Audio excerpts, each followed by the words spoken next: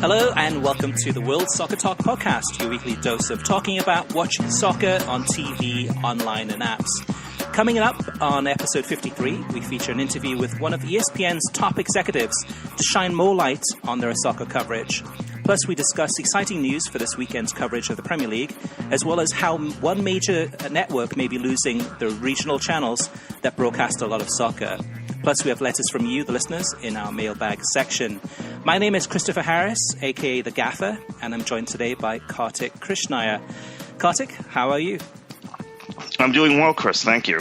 All right. Well, actually, before we kick it off, just for the new listeners who've had a chance to listen to either the interviews with Alexi Lalas or Rocco Commisso or the other episodes that we have, this show is really focused on talking about the coverage of soccer, like the tagline says, on TV, online, and apps. So we go deep into everything from commentators in terms of production, streaming in terms of all the different options that are out there, all the news that affects you, the TV or streaming viewer, and all of us love soccer, so we'll jump right in. Kartik, so what have you been watching this past week?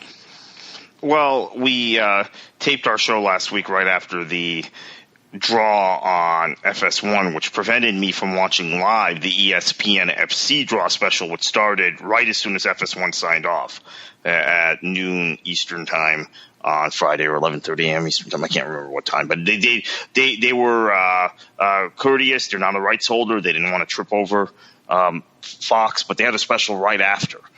And I had DVR'd it. It blew FS1's away. The depth, FS1's presentation and analysis, the depth of analysis, and the knowledge of what I would call less sexy national teams like Senegal, teams like Peru, teams like Colombia and Australia. It just blew away anything we heard on Fox.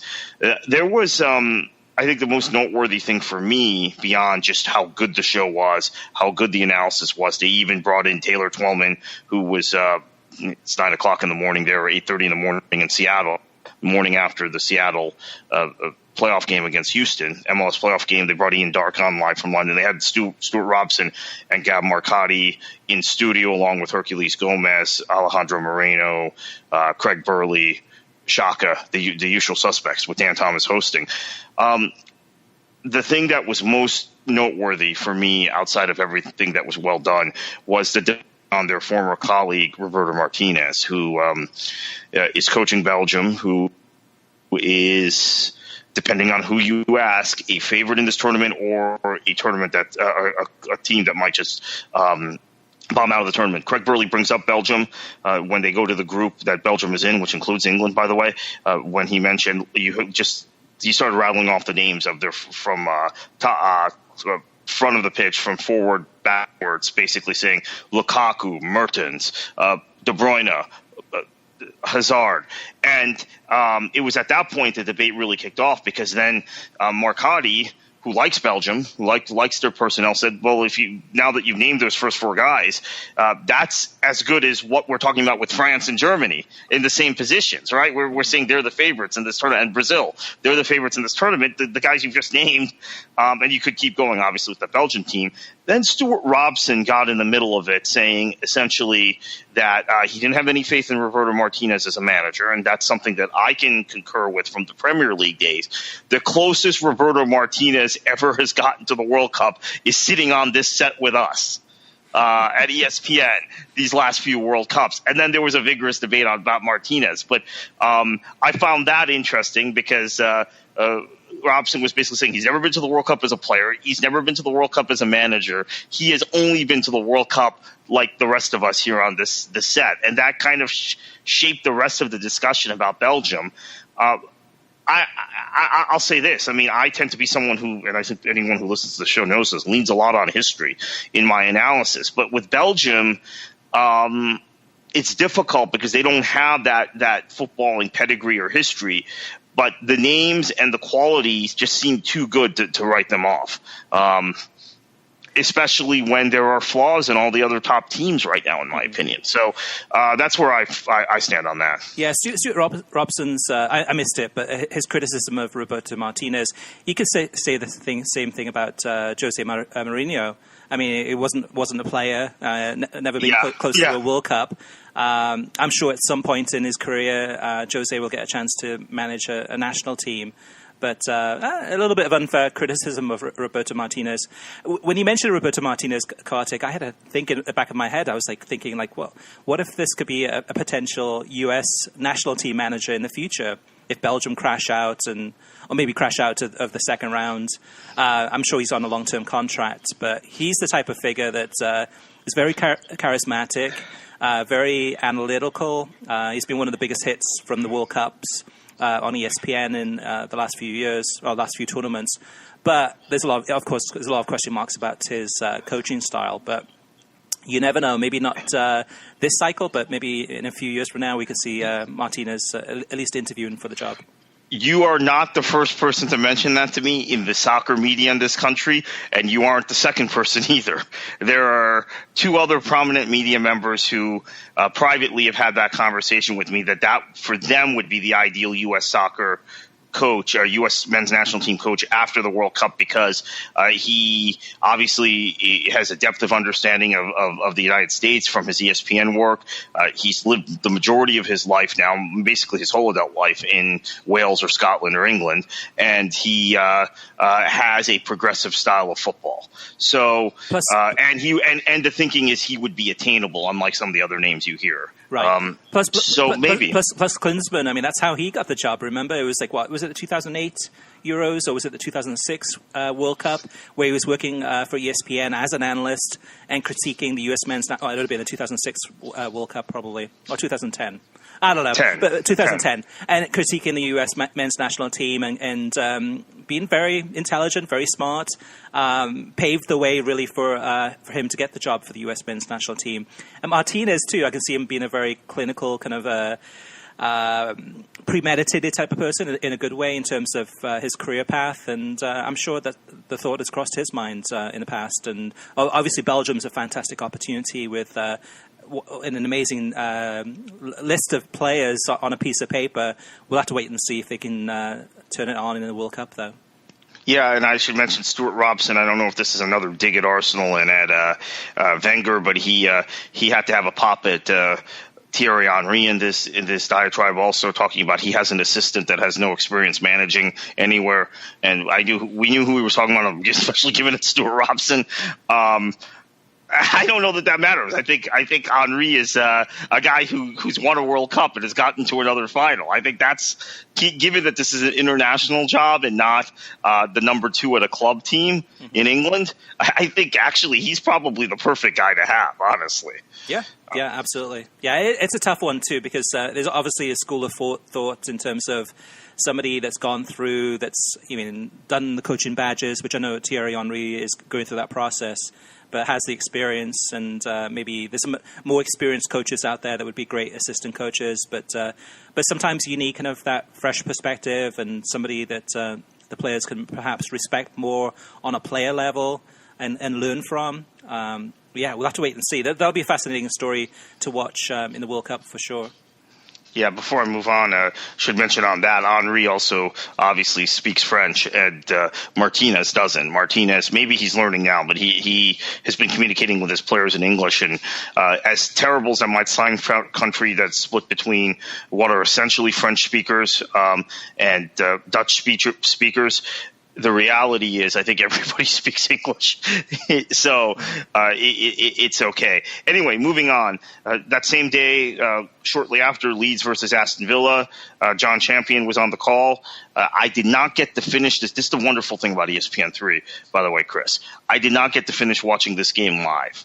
And I came back and resumed it from the same point on ESPN3 because it holds your place 2.5 days later, Sunday night, and finished up closed my weekend out with John Champion. I opened my weekend with John Champion also, calling this game. Yeah, that's the way it should work. So that's fantastic, and hats off to BAMTech for really improving, I think, the broadcast signal in terms of the quality. But yeah, that's for those who haven't had a chance to watch the championship much lately. I, myself included, definitely check out ESPN3, which you can get through your cable provider or through Sling Orange if you don't have if you're a cord cutter like myself. Yeah, I should actually say I closed my weekend out with Wolves and Birmingham City in the championship on Monday afternoon fixture, again on ESPN3. And I have to say this. I don't know if it's the signal from BAMTech and from the EFL Productions in London. I think the actual color and camera work for a lot of these championship games might be better than some of what I'm seeing from Premier League Productions. Maybe that's a bit of a stretch. Maybe I'm being too critical, but I really like I like the production. I think that's really improved. The championship games, when you would watch them, let's say, but even before they were on beIN, when they were on Fox Soccer Channel, it just seemed to be very low-end production compared to the Premier League. And I think they've taken the best from Premier League Productions, incorporated it in their broadcast, and then they've got some other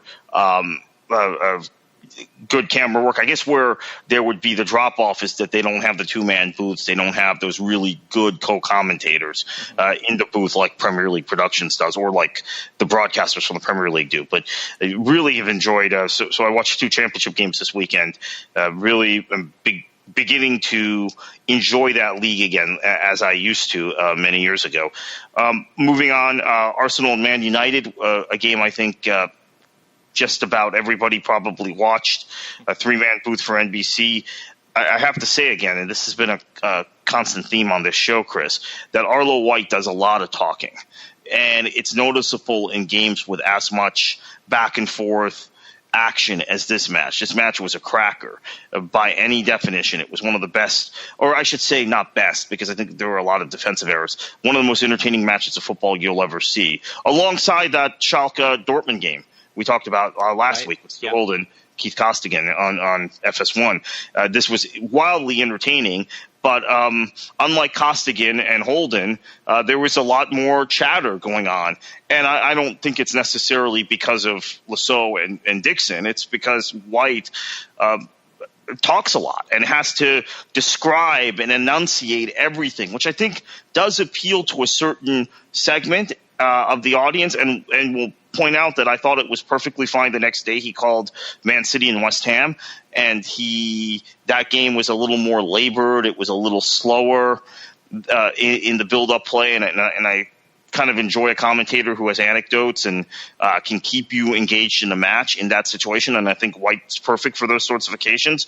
But for this game, it was too much, honestly. That's the thing, though, too, for those listeners who may have missed it. I mean, definitely go back and listen to our interview with John Champion and Taylor Twellman that we did, would have been this past summer for the International Champions Cup. But John Champion talks about really the art of commentating, and his philosophy is knowing when to be quiet, knowing when to be silent. Because in many ways, the game will speak for itself in terms of the action. Martin Tyler is probably also another perfectionist at this in terms of letting the game breathe. And that's a huge, huge difference to how American sports are commentated. And the reason really that Arlo White, even though he's an Englishman with an English accent, to me is very American in terms of just the way he commentates games. He grew up, I think, for part of his life in the United States too, and visited here a lot. But to me, he's an American with an English accent. Not that there's anything wrong with that. It's just the style.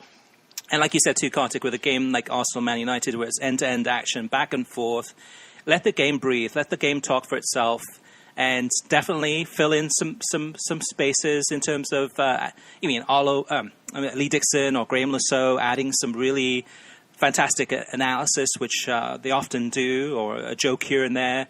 But Arlo, I mean, that's the biggest criticism I think I have of him, is just the lack of flexibility in terms of he has this one way of doing things, and there he goes.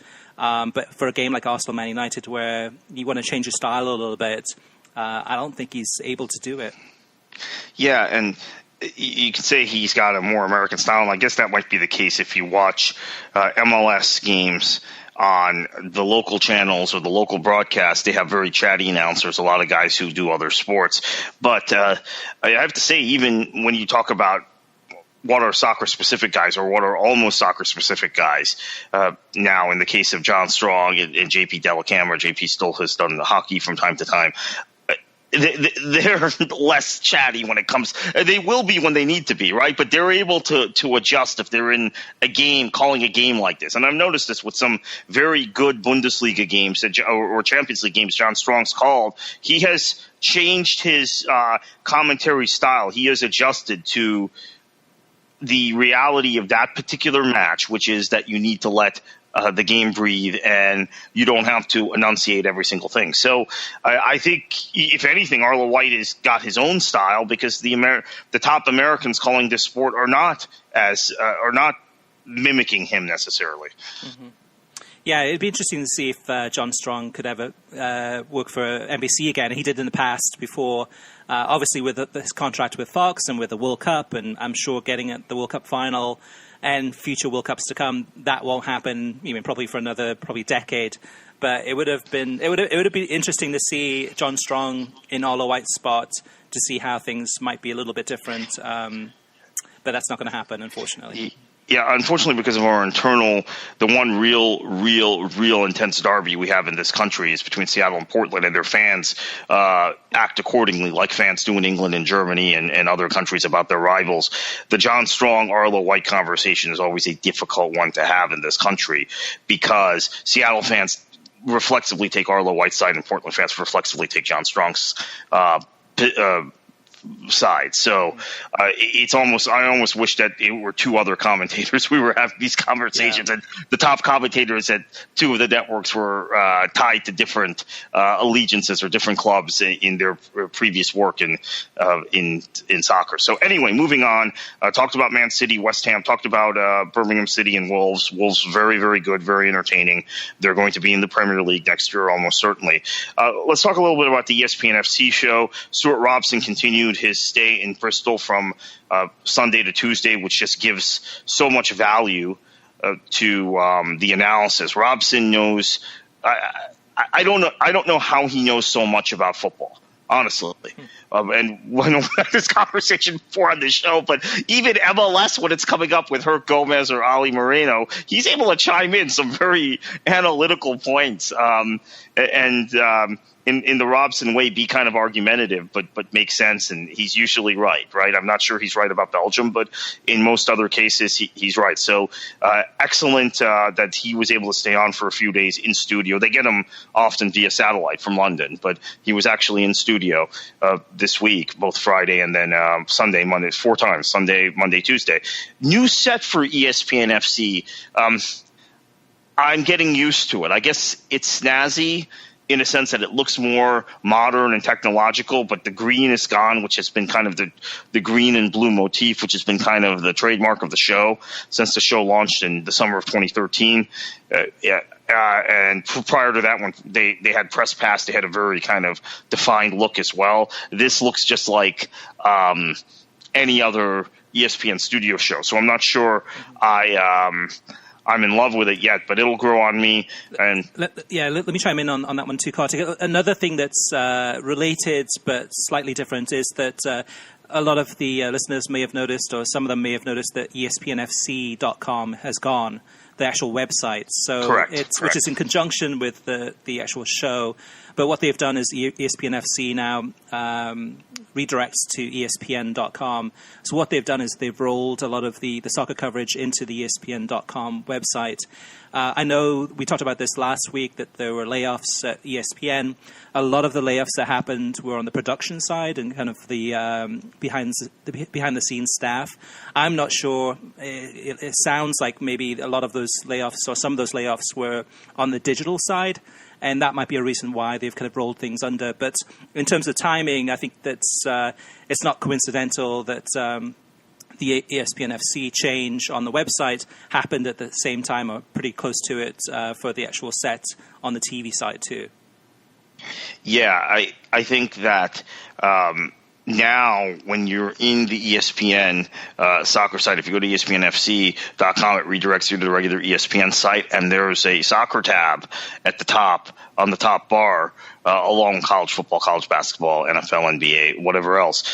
It's one of the featured ones. You don't have to go into the more menu, and it's now same content, just kind of embedded in the ESPN site. One other note on this, Chris, they're not quite at the Fox Sports.com or FoxSoccer.com level yet of going from written content to video, but they have gone, since these layoffs, I've noticed, much more video heavy. There's far less written content on the ESPN.com sites, or ESPN.com, each tab, college football, college basketball, soccer, than there used to be.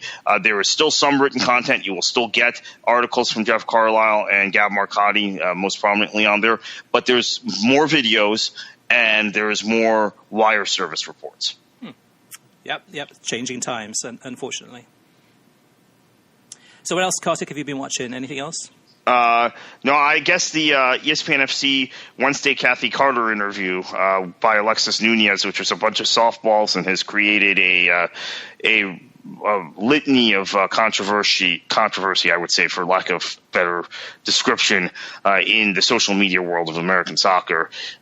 I guess the sense is that ESPN FC has not booked other candidates for U.S. Soccer president, whether it be Carlos Cordero, who's a sitting member of the U.S. Soccer Board, whether Steve Gans, who's a very respected attorney and who has represented multiple entities in soccer on both sides of the Atlantic, Premier League clubs and youth clubs and youth associations and soccer associations in the U.S., or it be Eric Winalda and Kyle Martino, who are on leave from rival networks. So there was a significant backlash, at least among the more critical elements of U.S. soccer to begin with, about this interview being granted to begin with. And then she didn't have much to say, honestly.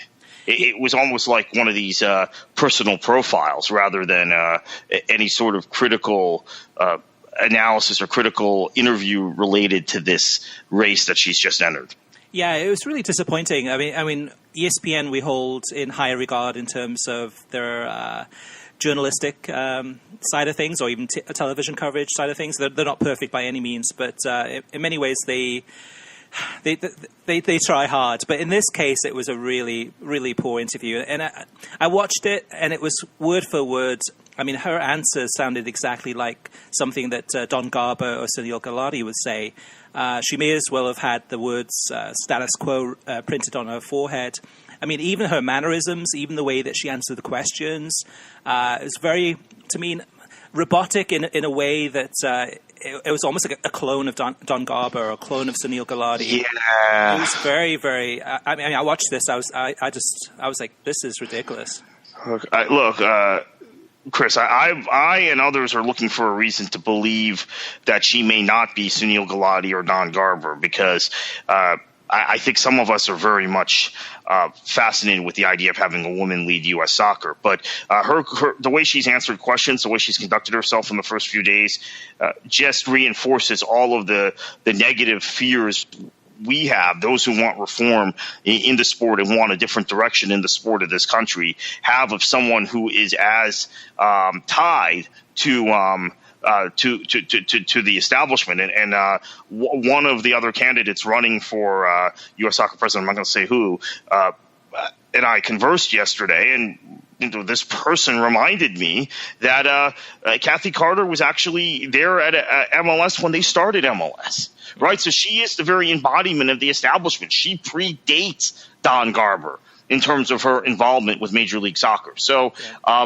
it's a thing that I would like to see maybe her step out a little more, but very, very cautious, very programmed, very rehearsed, very uninspiring is how I would describe that interview. Yeah, and if there's a written transcript of this interview available, it would, I mean, if you replace the words Kathy Carter with Don Garber or Sunil Gulati, it would sound word for word exactly like something that they would say. Very, very non-specific, very kind of just pie in the sky, very much, we need to look at that type of thing, but no real answers there. So, yeah, really disappointing.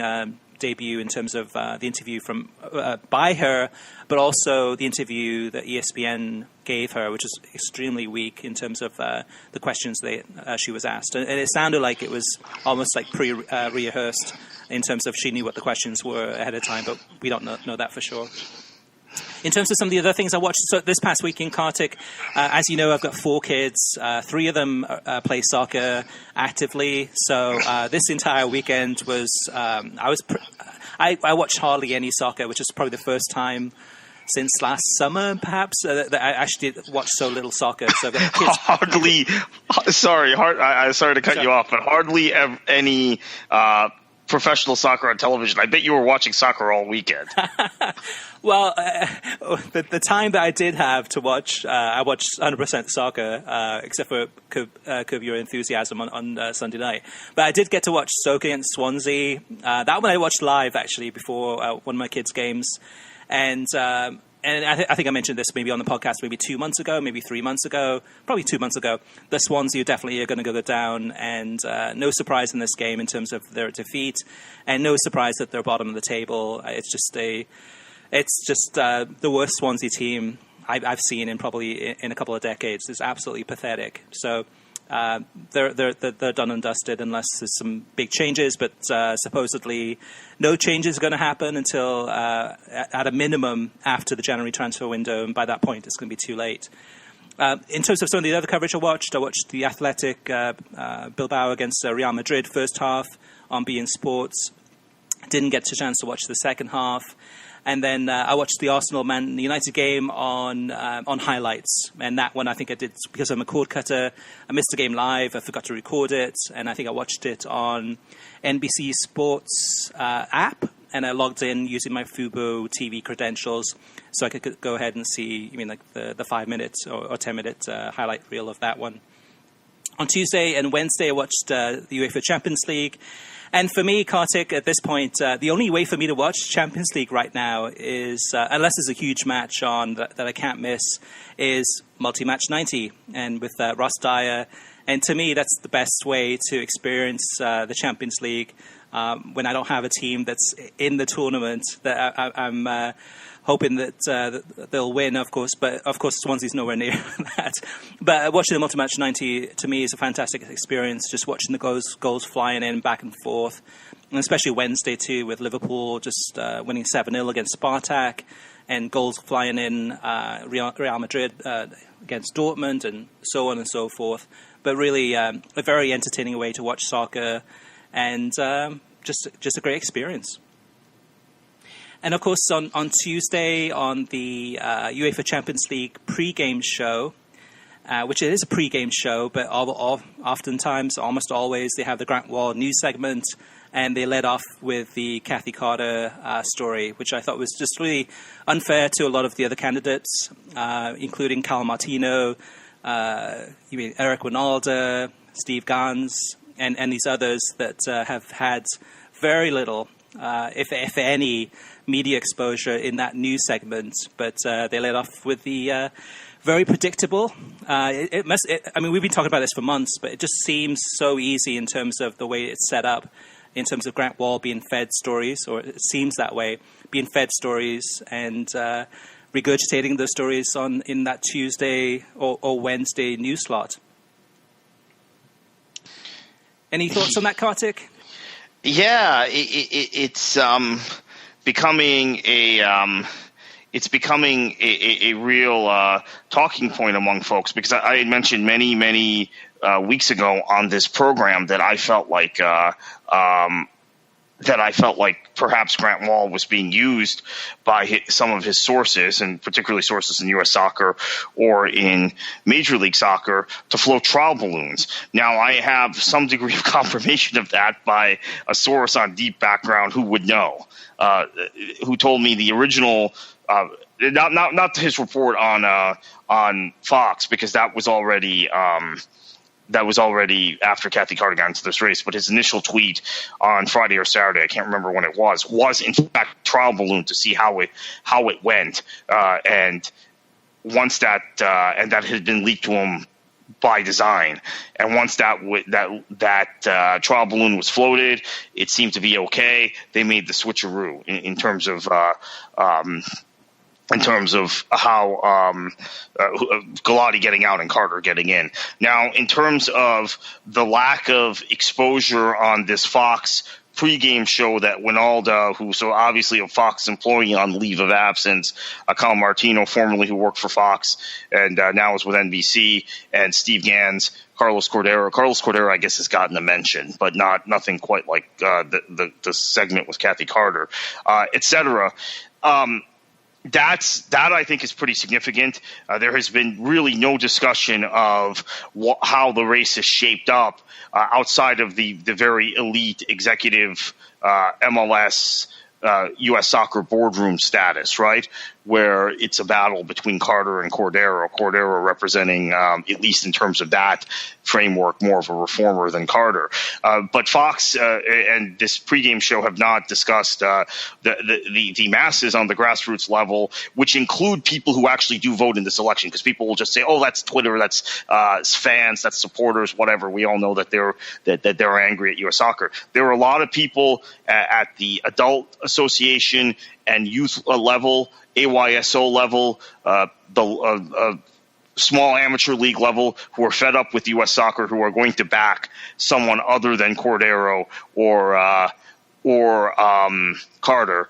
That are the most attractive candidates to them right now are Winalda, Gans, and Martino. And there's not very much discussion of that while they talk about this race. So I think it's a little bit incomplete.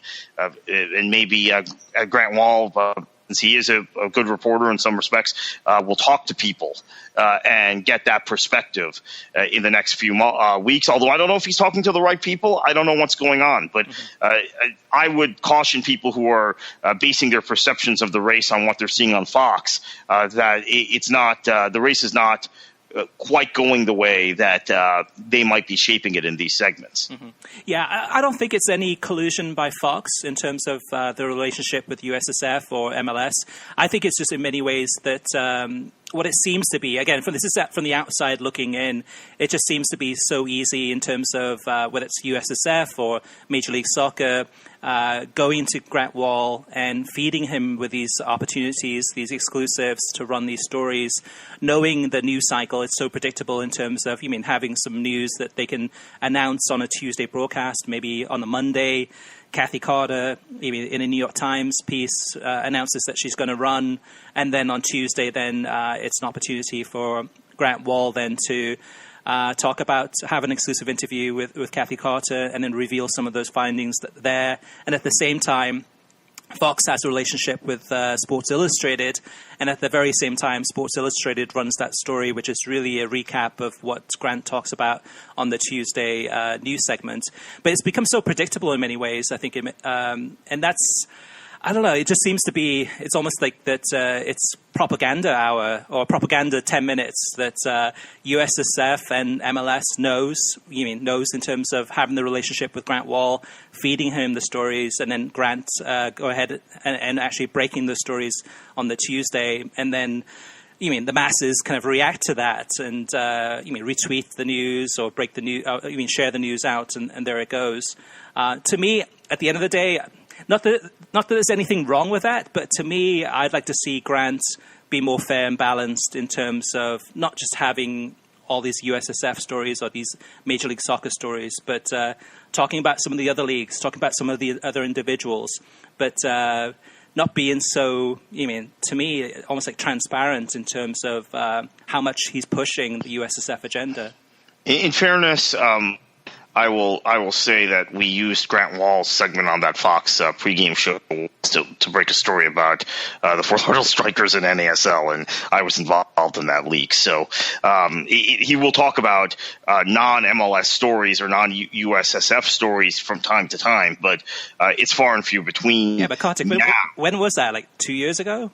Yeah, it was over. It was a guy 2 years ago. It was the corresponding match day 2 years ago. Yeah. No, sorry, 3 years ago. Oh my God! Wow. 2014. Yeah, December 2014. So correct. It is. My point is that it's gotten less and less frequent, those sorts of things now. down the road. Mm-hmm. So unfortunately, we're in a position where I think I get this. If you're a journalist and you are in the media and you're at an MLS or US soccer rights holder, it's the same thing because of Soccer United Marketing negotiating a joint contract for those two entities.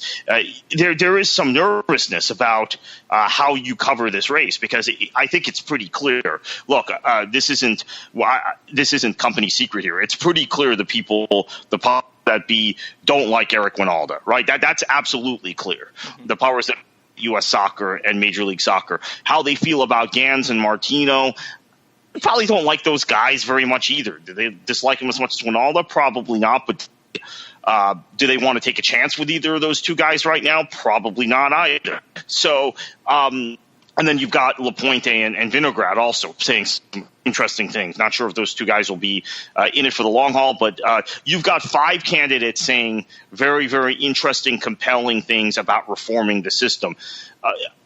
And then you've got Cordero, who now is beginning to make noises about reform. So maybe it's your natural instinct if you're in the system, you're at a network that is a rights holder just to kind of gravitate back towards that safe position. And that's human nature. It's not about being in the tank. It's not about being on the take.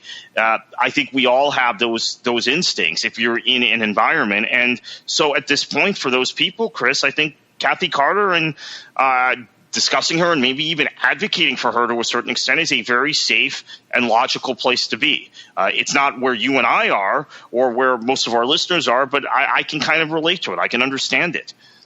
Yeah, definitely. It will be an interesting story to continue to watch very closely. And of course, we'll be covering it from now through till February.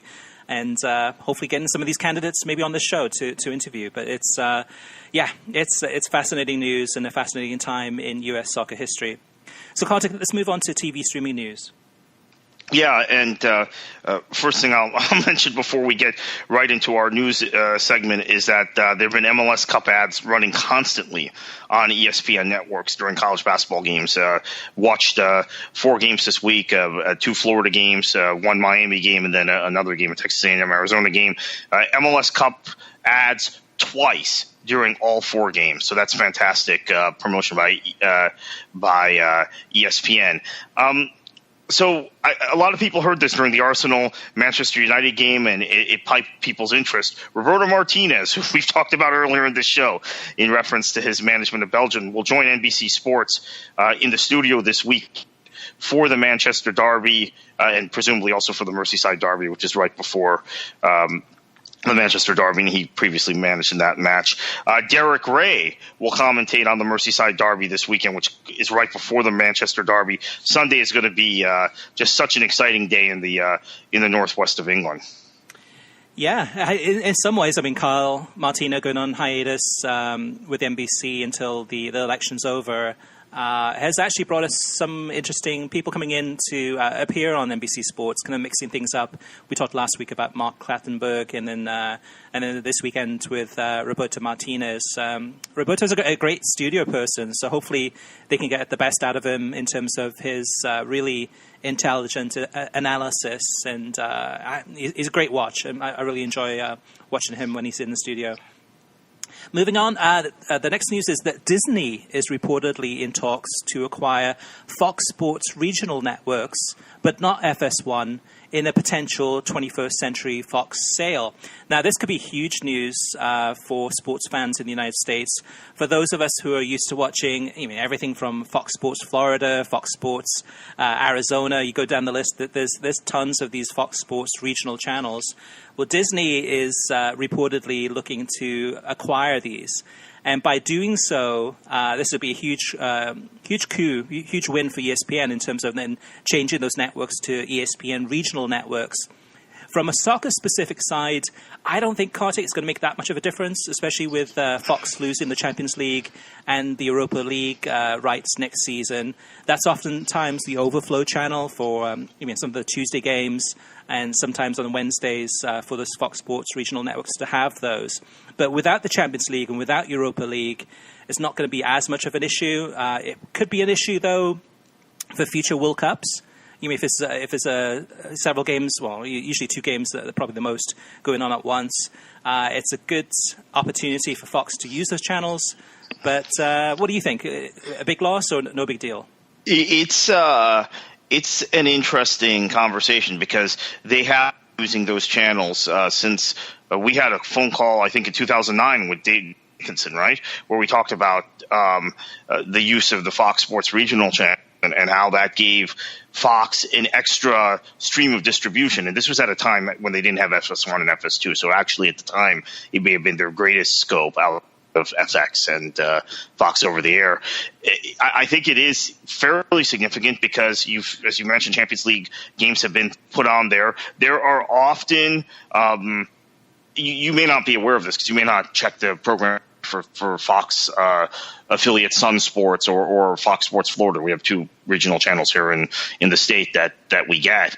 But they show a lot of Bundesliga and Champions League games on tape delay. Yep. Repeats. They're not on tape delay. They've been shown on some other network and they're being re-aired during the course of the week. And just on Tuesday, there was a game, a college basketball game I went to find on ESPN3, which was an ACC Network extra game. And the ACC Network itself is going to be an ESPN production launching, I believe, in 2018 or 2019.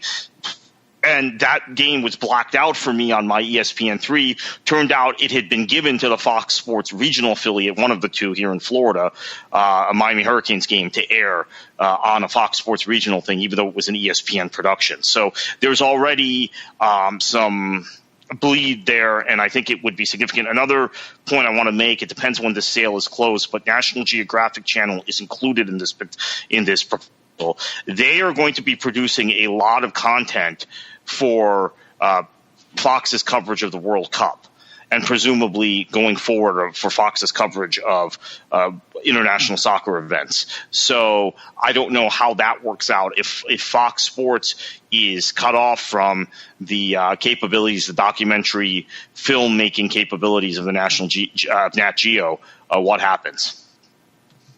Yeah, Kartik, that's a good point about the Bundesliga. It's actually there's a ton of those games that are on, oftentimes on reruns there, and so the biggest loser in this, from a soccer perspective, actually could be the Bundesliga, which is a shame.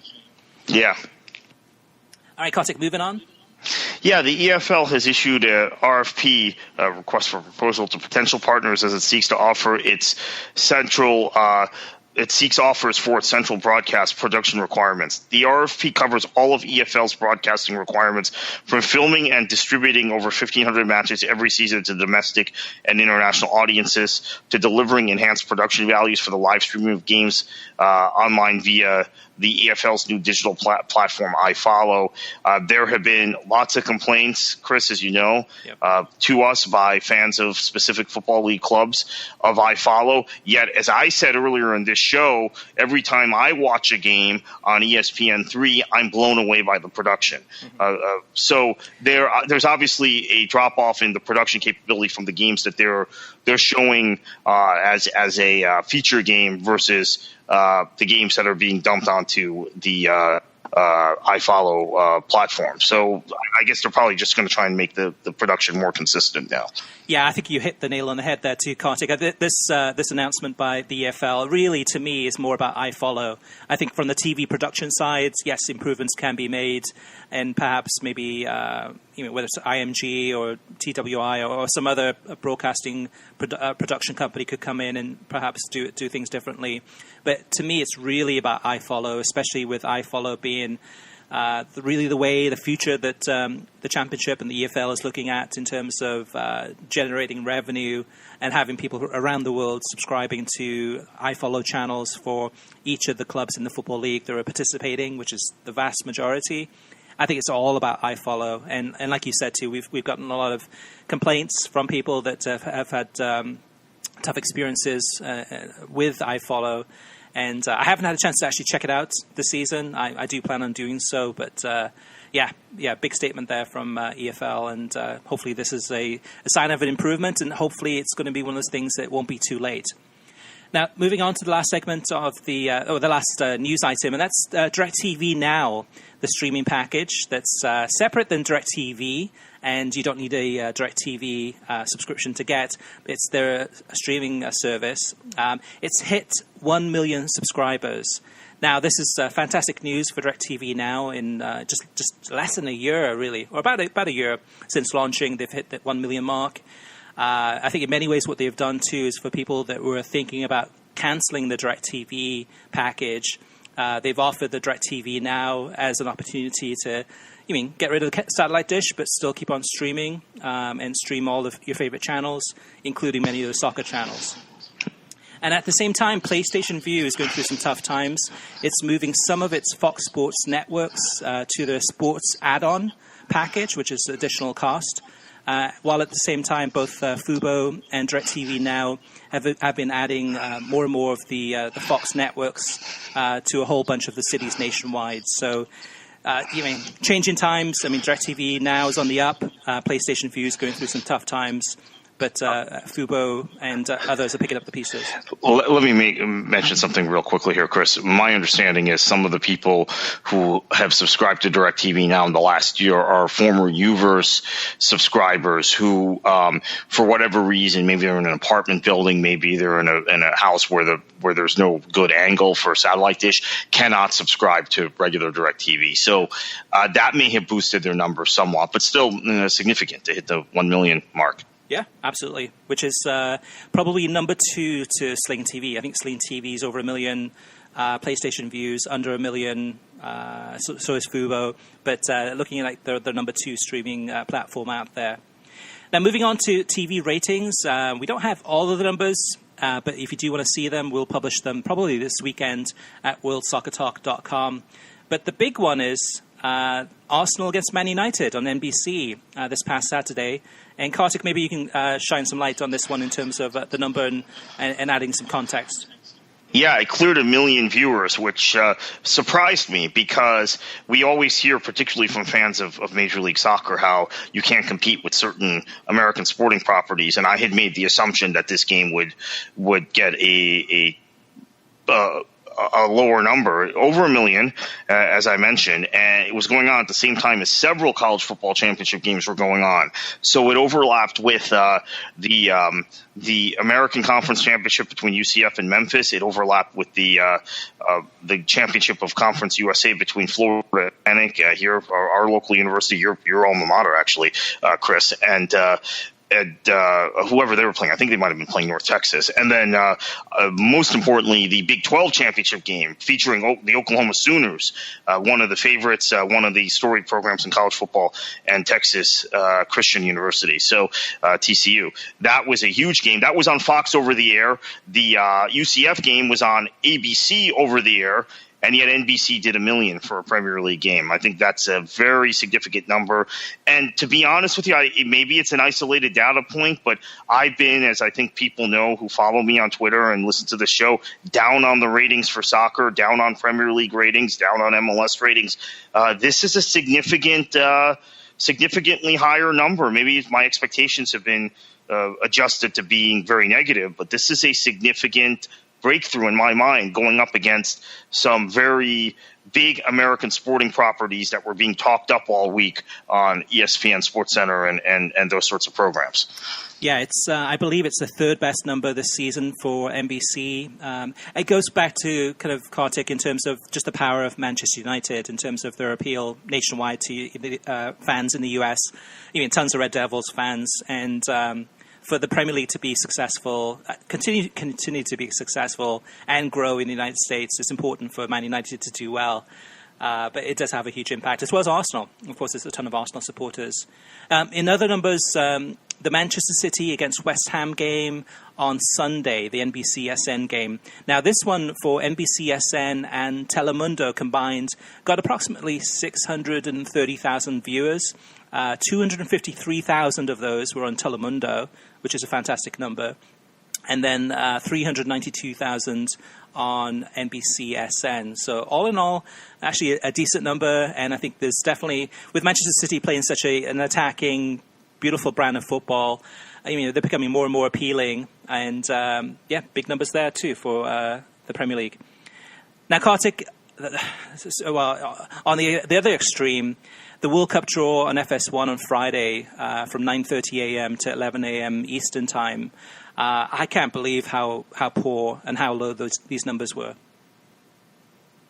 Yeah, look, this isn't meant to bash Fox because it's just a reality. When you take any event from ESPN, especially a big high-profile event that gets built up throughout the week on ESPN's SportsCenter programs and other bumper programming, and you take it from any ESPN network, particularly ESPN, but the draw was actually on ESPN 2 4 years ago, and Chris, you and I, among others, were in Bristol for that event. Got some behind-the-scenes access to ESPN in 2013 for that. But you take any event from ESPN networks to FS1 or FS2, or particularly FS2, but FS1, the number is going to drop probably by 30%. So let's keep that in mind. Then you had the advent of the U.S. not being in the draw, and you had I think just also maybe the time being earlier than it had been with the draw in Brazil, but only by an hour or two. You had this combination to just absolutely tank the rating. I do want to mention something else in the context of this draw that I neglected to mention earlier, which is that ESPN has also adopted, I think, the Fox philosophy towards Mexico to where when you're watching another sporting event. So I decided I was going to watch a college basketball game or something on ESPN Friday night, and there would be the scroll with all the scores and from the other. So then when it got to the World Cup draw, they make sure they went in detail about Mexico's group, but they didn't go into detail about anyone else's group. So I think even ESPN, from a news angle, is adopting that very Mexico-centric stand. And in spite of doing that, that doesn't seem to have driven people to watch the draw. Yeah. To be honest, though, Kartik, and this is not at you, but just in general, I'm really sick of the excuses. I mean, it's a poor number. 65,000 people watched this World Cup draw on FS1. Meanwhile, over at Telemundo and Universo combined was 370,000 people. But 65,000 viewers, I mean, that's worse than some of the Bundesliga games that they get on a weekend, on a Friday with Mainz or some other team that doesn't have a huge appeal. What does this say? I mean, to me, first of all, I think Fox does a really poor job at promoting that they actually had the draw. I mean, how many people, maybe mainstream people, or how many people actually knew that this draw was happening? As an example, I got press releases to announce the coverage of the draw from beIN Sports. beIN Sports had live coverage this past weekend on the English channel and the Spanish channel. I got press releases from Telemundo talking about their coverage. I got press releases from ESPN talking about how they were going to do kind of a post-match ESPN FC roundtable. I got nothing from Fox, not one press release, not one word. So that's part of the issue to me. And it's not just me, it's just the entire media. If the media is not being contacted to let them know that Fox has the draw, it's a big deal to really play it up. Because for diehard soccer fans, the World Cup draw is a massive event, no matter if your country's in it or not. It is a huge occasion. I don't know. I'm just really disappointed with that number. The Telemundo Universo number is also a little bit disappointing, given that the numbers that Univision got, which were greater last time. Yes, the US has an impact in these numbers, but there's got to be a lot more soccer fans than 65,000 people tuning in for a draw on FS1. And to me, this sends some really just warning signs to Fox in terms of they have to get their shit together for this World Cup, because otherwise, this is going to be a long haul. This is going to be a disaster. And we've got lots of different ideas of what they can do, but this is really pitiful. All right, Kartik, moving on to Listener Mailbag. So the first one's from Sunny SoCal Rob 25 through Twitter. And he says, I took a look at how ESPN SportsCenter covered the World Cup draw with no USA.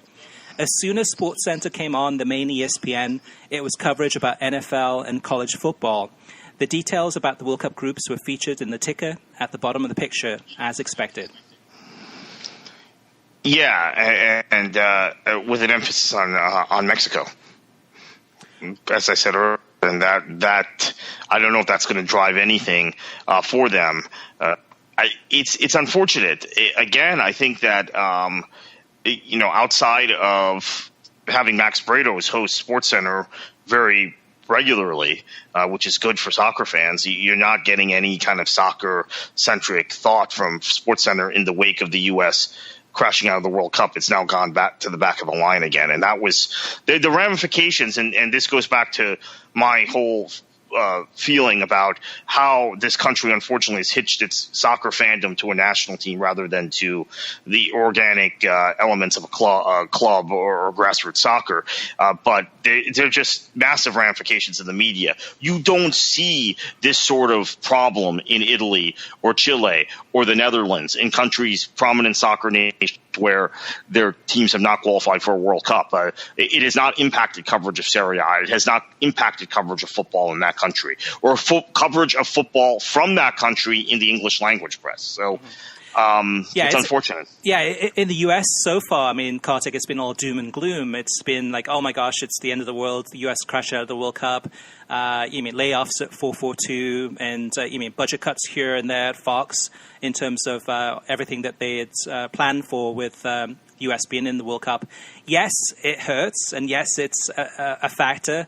But to me, I mean, the World Cup and the sport is much bigger than your own national team. I mean, this is a global event. This is, to me, this is debatable, but to me, it's bigger than the Summer Olympics. This is a massive, massive global tournament featuring, it's focused on sports and on athletes, on unsung heroes, on, superstars, on, all these things coming together. To me, this is a fantastic opportunity for Fox and for Telemundo to really get their arms around this, to embrace it. And also the rest of soccer media in the United States. It's not the end of the world. The US is not in it. If anything, it's an opportunity to help fix things and change things so that in the future there is a chance perhaps that the US could go far, to a final, who knows.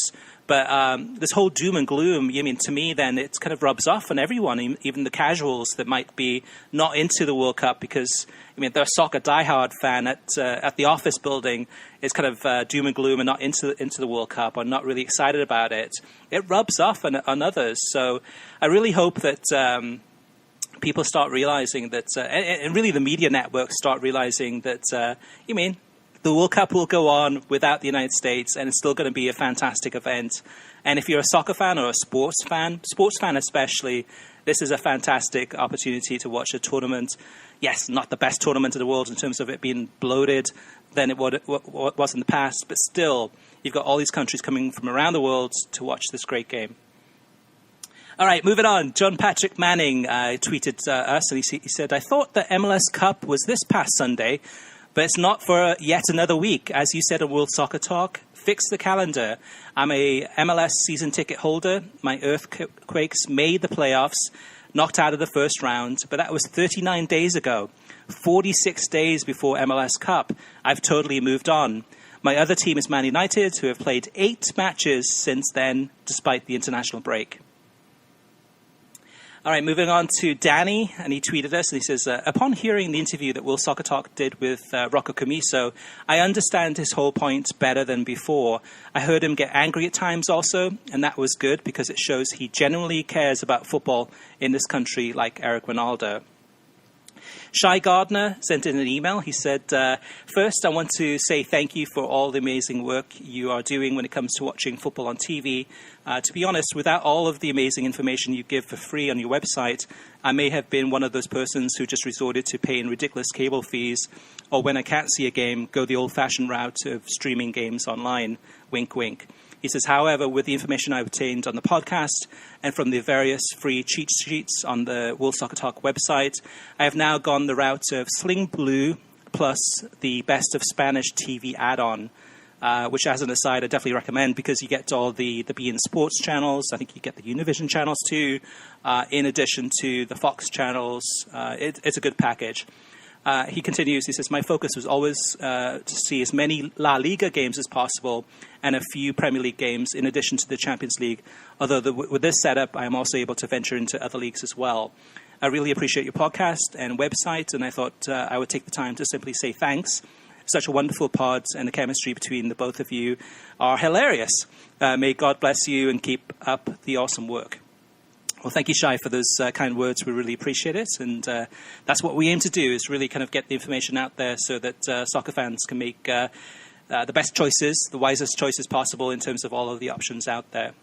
And last but not least, Dennis Hernandez tweeted this. He says, you mentioned in the podcast that the UEFA Nations League would no longer permit friendlies to take place. But with the Nations League having groups of 3, national teams would only be playing on 4 out of the 6 days of the September, October, and November fixtures. This would still allow for 2 dates of friendlies. Yeah, that's correct. I've thank you, Dennis. I've corrected my analysis of that, seeing that. I think previously there were too many friendly dates on the calendar. Now with 2, and then you go right into Euro qualifying after, it's probably too few. I don't know what the balance is, but I prefer to have a Nations League than not have a Nations League and have just a bunch of friendlies. So I'm positive about this. And we're going to talk a little bit, I think, about this topic in our future topic of the week with Amy Rosenfeld. Absolutely. So if you do have any questions, feedback, comments, anything, you name it, about watching soccer on TV, online or apps, email us at web@worldsoccertalk.com. You can tweet us at WSoccerTalk, or hit us up on Facebook at facebook.com/worldsoccertalk. And we'd be more than happy to read out your comments or questions on air. Now, Kartik, moving on to our feature topic of the week. And this week we have an interview with Amy Rosenfeld from ESPN to preview the MLS Cup, as well as to discuss other matters soccer TV related. Just to mention in terms of this interview, we recorded it on Wednesday. So the Wednesday afternoon, I believe it was. And it was before the ESPN FC interview with Kathy Carter, just to put the interview into context. Any other thoughts you want to share before we hit play on this interview? Yeah, I think it'll be fascinating for people to hear the level and depth of production for this MLS Cup coming up on Saturday. Exciting event, obviously, for so many on the North American soccer calendar. And then we get a little bit into to big events and Euros and the World Cups and of course, also the prefaced mentioned UEFA Nations League. Yeah, plus we have a couple of exclusives in there too. I think Amy reveals some interesting insights in terms of some of the work that ESPN has been doing, not related to the MLS Cup final, that should open some eyes in terms of what they've been doing behind the scenes. So thanks to Amy for sharing some of those details, and hopefully you'll enjoy the interview. We'll be right back right after it.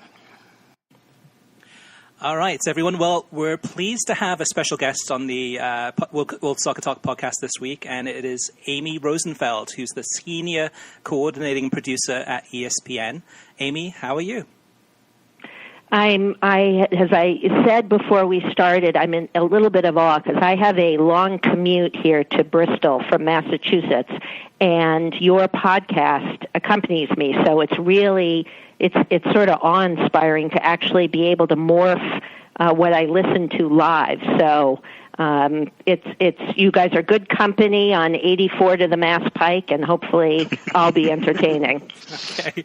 So Amy, for those listeners who may not be as familiar with your work, but also kind of your vision, what would you say is your philosophy on the way that you produce soccer for ESPN?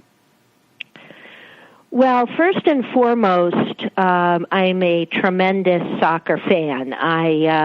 My father introduced me to soccer. He grew up in the Depression in Middle Village, Queens, and his neighborhood, everybody was an immigrant, and so he was very early on exposed to soccer, and soccer and hockey were his two main sports. So I have been a fan, since I came out of the womb. And I think the philosophy that we have here is to try to always be able to present the match without getting in the way, to be always sort of additive to the viewer without being intrusive, without interrupting. If you are sitting at home and you have a lot of body English, this is what my father used to complain about. He wanted to be on the main game camera the entire time.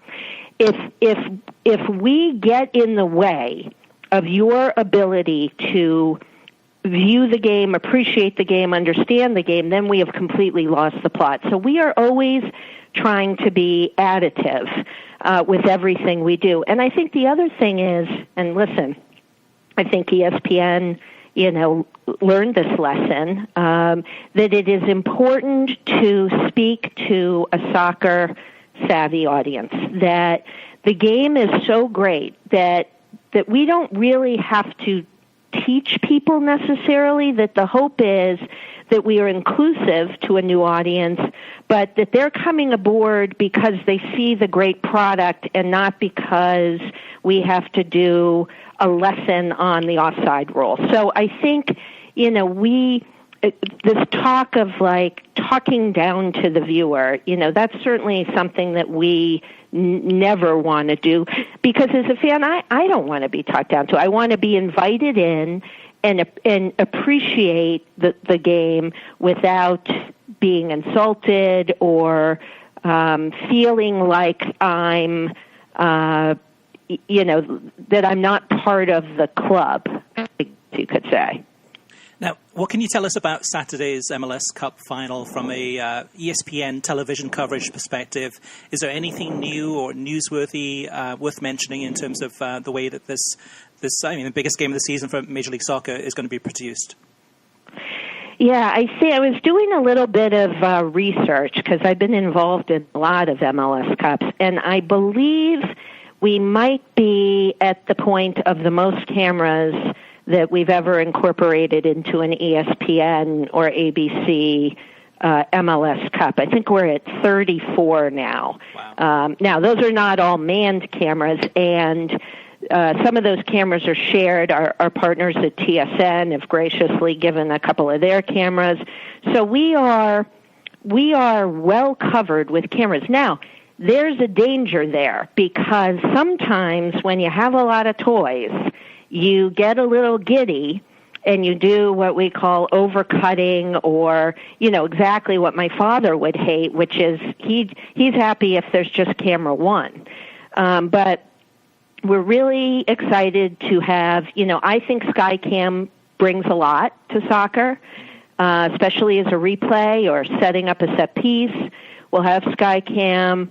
I am really proud of our soccer group here at ESPN, who independently developed these goalpost cams that are used. It's only, as far as I'm aware, no one anywhere in the world are using these cameras embedded in the goalpost. And I think there's an example where I feel was additive to the viewer's experience, because it really gives a definitive view of the goal line. So we're going to have those. So we have 2 of those in each net. They're at different heights, so 2 on each net. And then we're kind of playing around. We'll see what you guys think. Once again, after a game, we're sitting around drawing a cocktail napkin, trying to figure out what's another cool thing to add. We're playing around with, if we figure now with these goalpost cams, we kind of own the goal line. So you viewers will be able to have that definitive look. What's the next thing that we would like to provide a definitive replay look? And I kept sort of coming back to the penalty box. So we're playing around with a small camera that's basically on a very long pole and sort of utilizing it as a lockdown camera to frame kind of that penalty area. This is not super innovative. I mean, we played around when I used to do WUSA way back in the day. We had, robotic cameras on at different heights and such. But I think we're just kind of playing around with other ways, especially with replay, to provide to you, the viewers, that definitive, wow, yeah, he was the takedown was in the box, or wow, did you see how he shook that defender right in front of the keeper, or whatever. One more question before I let Kartik jump in. Kartik, so one question, Amy, is what about drones? Have you ever thought in terms of like overhead shots, whether it's whether it's a chopper or something like that? But any kind of experimentation with drones as far as kind of at least having a different angle of maybe the stadium from up above, or the fans coming into the stadium, or anything like that? Yeah, no, I mean, you think like a producer, absolutely, there's great interest in drones in a lot of coverage. When I used to work on X Games, we actually integrated live drone coverage into some of the ski and snowboard racing. The issue with drones, as you can imagine, although this is getting better, is that the restrictions flying over human beings is pretty great. So we're making progress in terms of the sophistication of the drones themselves, the quality of the certified pilots of the drones, it used to be people had to be a certain distance away, that now they can be a little closer. But you're absolutely right. That will be, in my opinion, sort of that next stage of really trying to capture the athleticism, the speed, the scope and scale of an event. That'll be the next version. So we're trying.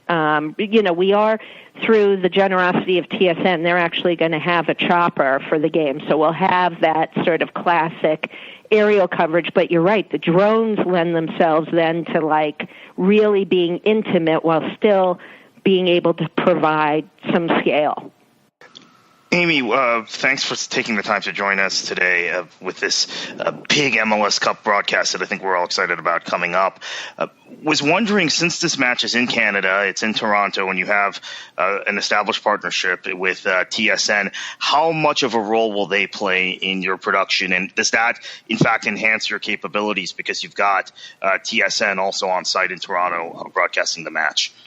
Oh, yeah, absolutely, for sure it helps to have a partner. Although I will say, as a longtime partner, maybe not from a business sense, but really from a personal sense, Univision and ESPN have partnered on a lot of projects. And as much as we are competitors, we also are partners because, look, it doesn't make sense for everybody. Back in the day, we used to do these things called side-by-sides, which means Amy would have her cameras and Kartik would have his cameras. They would be in the exact same positions. Well, that just doesn't make any sense for anybody. So I think, on many sports, but really soccer, because the soccer broadcasting community is a small one, and we've all worked together a long time. We recognize that there are benefits to just presenting the game, in a big way. So, for example, we're giving all our cameras to Univision. They've returned the favor many times. We've gotten each other out of jams in foreign countries in terms of power and access and whatever. So, yeah, TSN, absolutely. We have a very strong relationship. We are taking a bunch of their cameras and as I mentioned, the chopper, but it's really, we're sort of all in this together. So, Univision will have access. We don't hold anything back from Univision's ability to either take our produced feed or cut to our individual cameras. Let me ask about the timing decision and the programming decision. You've got a 4-hour window for this match, which seems real exciting for those of us who want an end-to-end kind of bumper programming on either side. As well, you've got a lead-in coming from college basketball, Indiana-Louisville game, which is a big rivalry and a game that a lot of people, including myself, will watch. Were all of those considerations? You've got a 4-hour window for the first time, and you've got a lead-in from a big college basketball game, which I don't believe you've had in the past. Was that all worked on within the framework of trying to improve the number this time? Yeah, I mean, I think, look, and it's been a topic that I, listen to as I travel the Mass Pike that you guys have talked about at length. We're all trying to find the sweet spot on time, network, day of the week, lead in. So, it's exciting. It's exciting first and foremost to have a good lead in. It's exciting because it's on ESPN. It's exciting because there's some breathing room to, do a good show. It's exciting because there's breathing room if the thing goes to penalties. And you want to get, obviously, you want to see somebody, lift the cup on linear television. So, these are all the scheduling that when we have games, this is the thing we're constantly tweaking. Is it better? It's clearly better to be on ESPN. And I think right now for 2018, the target is to have, of the 36 regular season windows, I think we're aiming to have 32 on ESPN. Like, that's great. That's going to help any way you slice it, because it's, as much as we love ESPN2, ESPN is sort of like a bigger destination for viewers.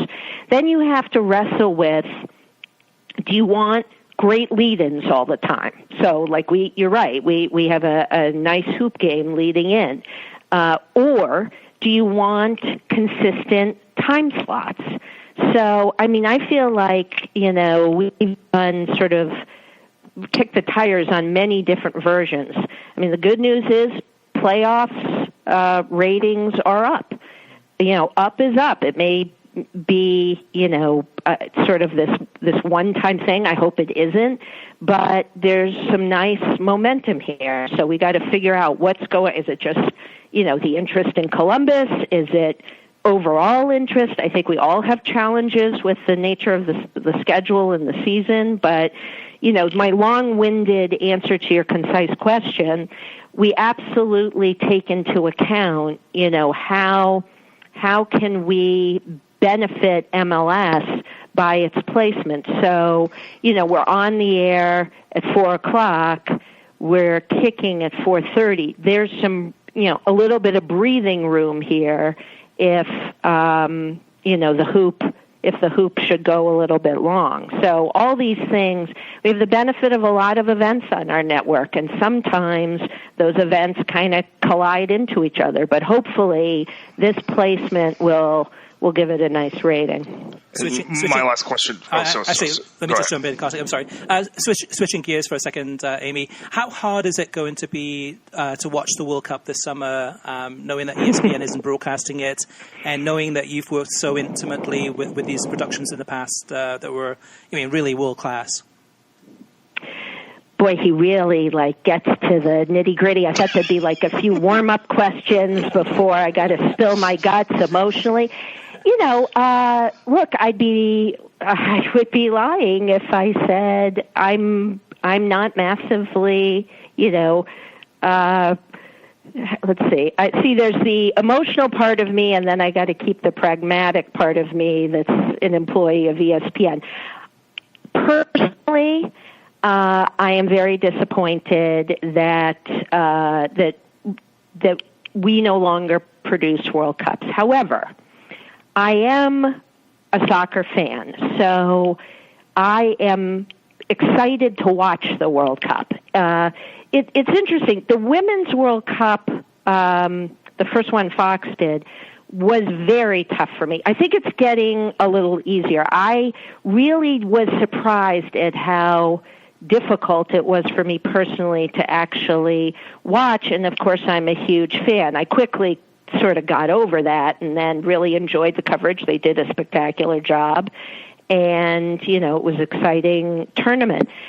It's really hard because there are so many people here at ESPN. One thing people don't know, the bulk of the people who work on soccer at ESPN are massive soccer fans who have been forever. So they put their heart and soul into World Cup and Euros and such. And this company, I think you saw with South Africa and Brazil, really puts its armor behind it. So the ESPN was all in on South Africa, all in on Brazil.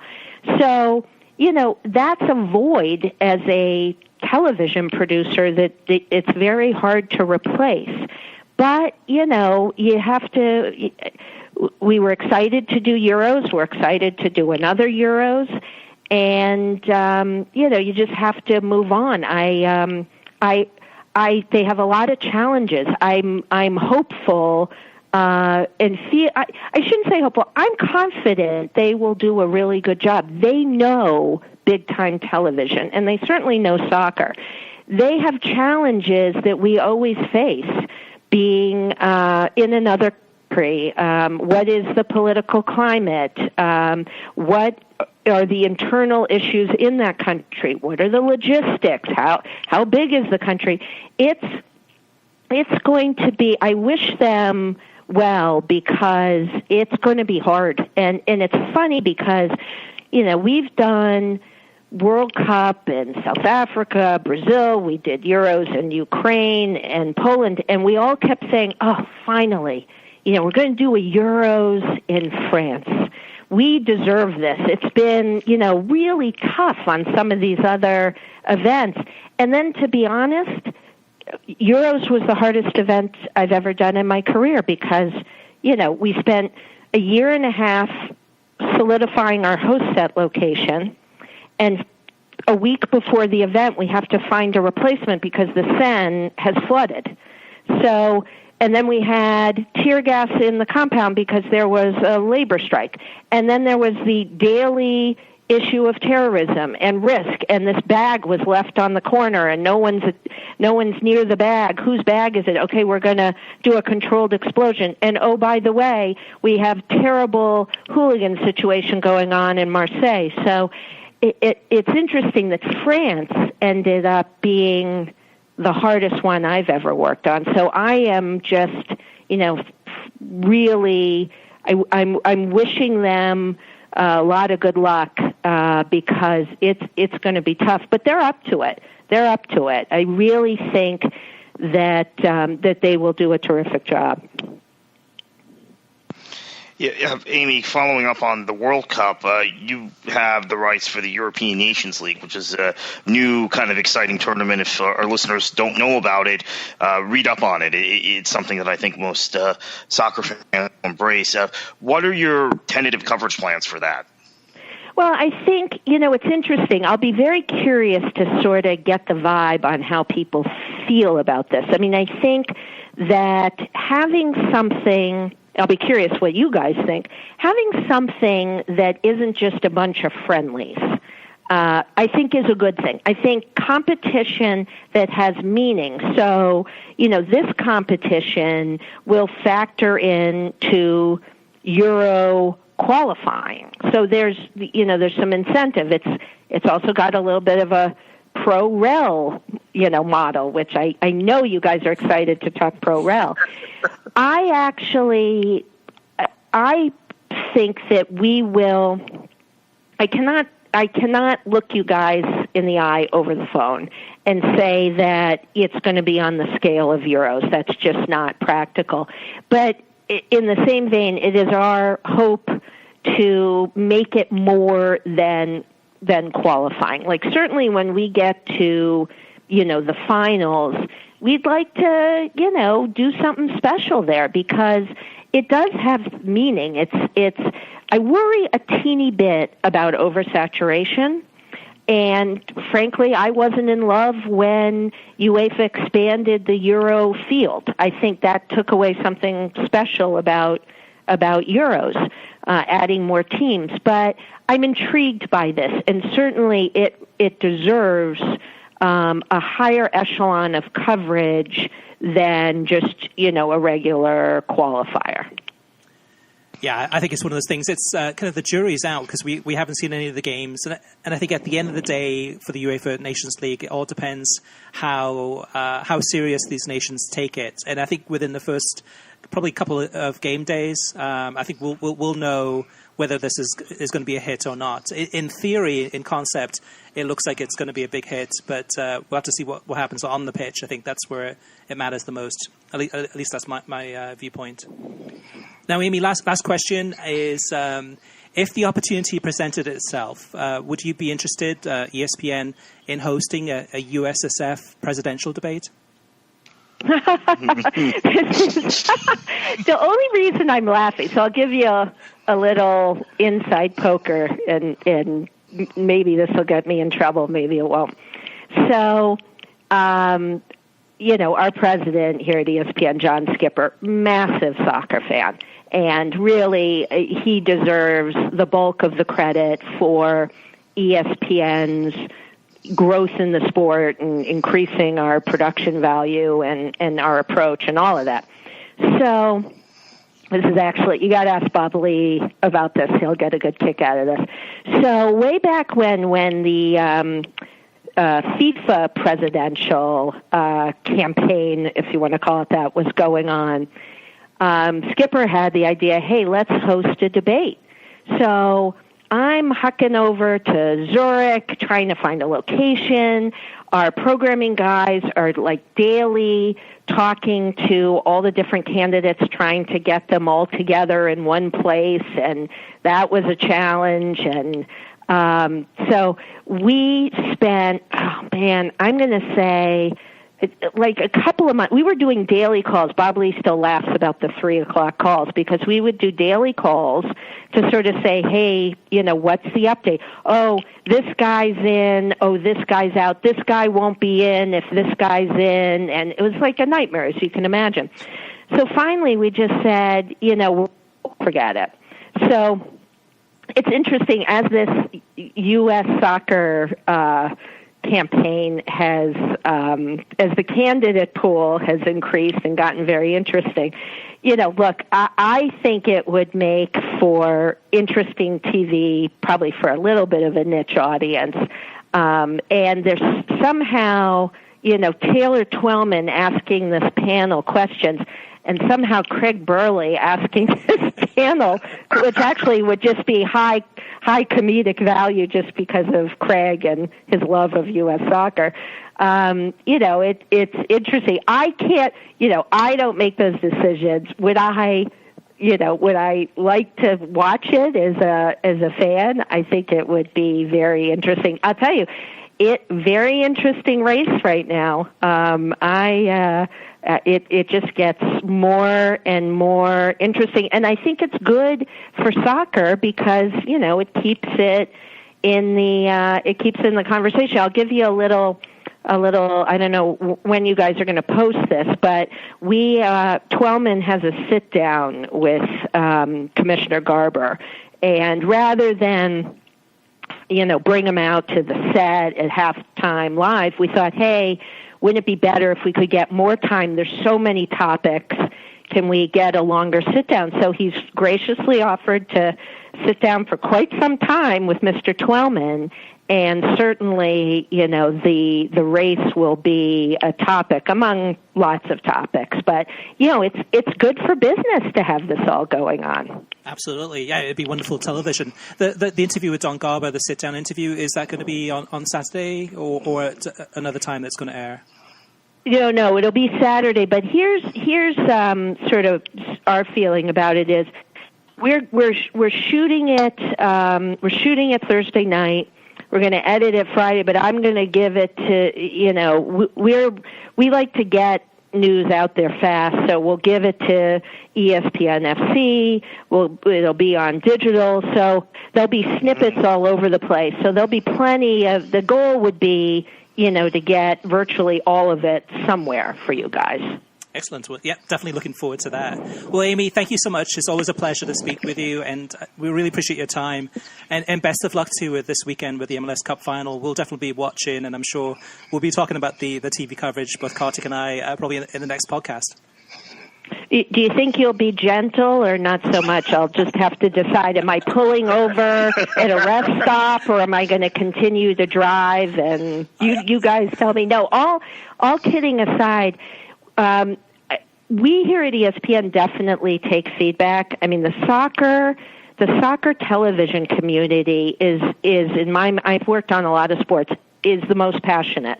And you hear about it if you do something wrong. So, we want to hear what you want. And if we're doing something that is drastically against what you want, we're going to try to change that because, we're here for you.